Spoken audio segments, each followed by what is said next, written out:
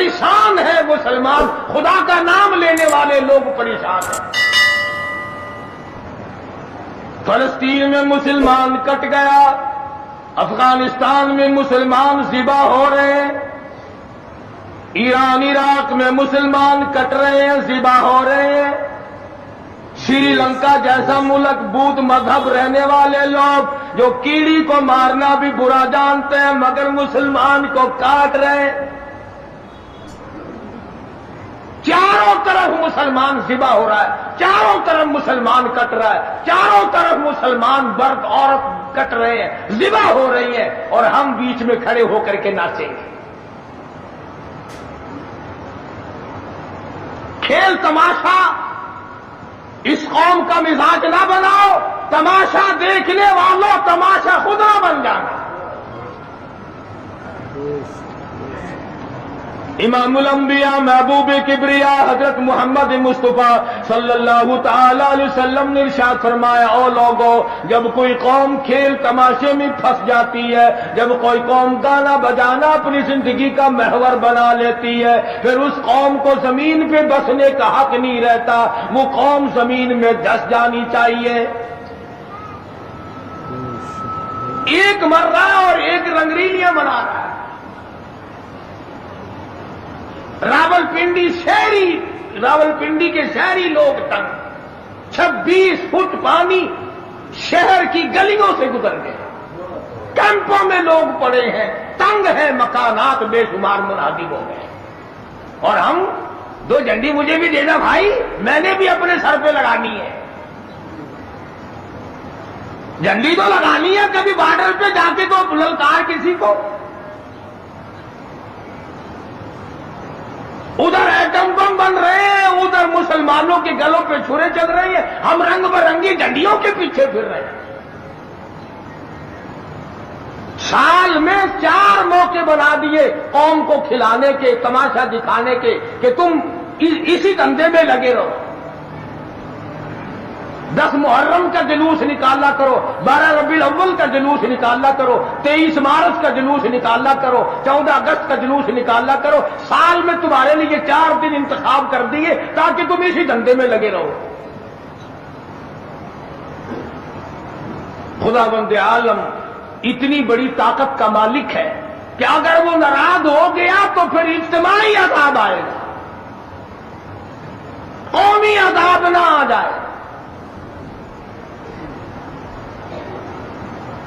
14 اگست اللہ کے سامنے عاجزی کرنے کا دن تو ہے، استغفار کرنے کا دن تو ہے، توبہ کرنے کا دن تو ہے، اللہ سے ملک کے لیے، قوم کے لیے دعائیں مانگنے کا دن تو ہے، قرآن خوانی کے لیے دن ہے، درود شریف پڑھنے کا دن ہے، اللہ اللہ کرنے کا دن ہے۔ چاروں طرف یہود و نصارہ، ہندو کافر جو مسلمانوں کے خلاف سازشیں بنا رہے ہیں، ان کو ختم کرنے کے لیے، ان کو مرنے اور ان کے ملیہ میٹ کے لیے دعا کرنے کا دن تو ہے، خیرات کرنے کا دن تو ہے، اللہ اللہ کرنے کا دن تو ہے، ناچ کا نہیں، گانے کا نہیں، ڈھول ڈھپڑے کا نہیں۔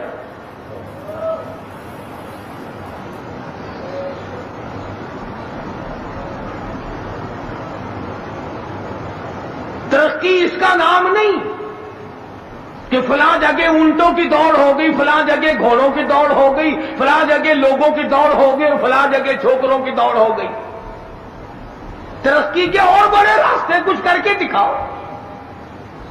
اللہ پاک جل شانہ نے اعلان کر دیا، لوگوں قال عسى ربكم ان يهلك عدوكم ويستخلفكم في الارض فينظر كيف تعملون۔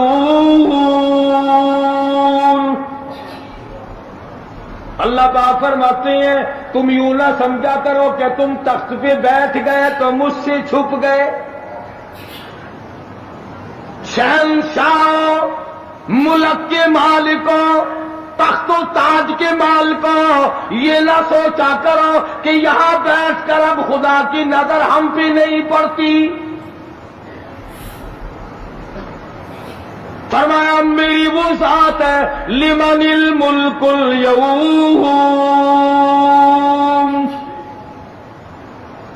میں وہ ہوں، پوچھوں گا کون ہے آج کے دن دم مارنے والا۔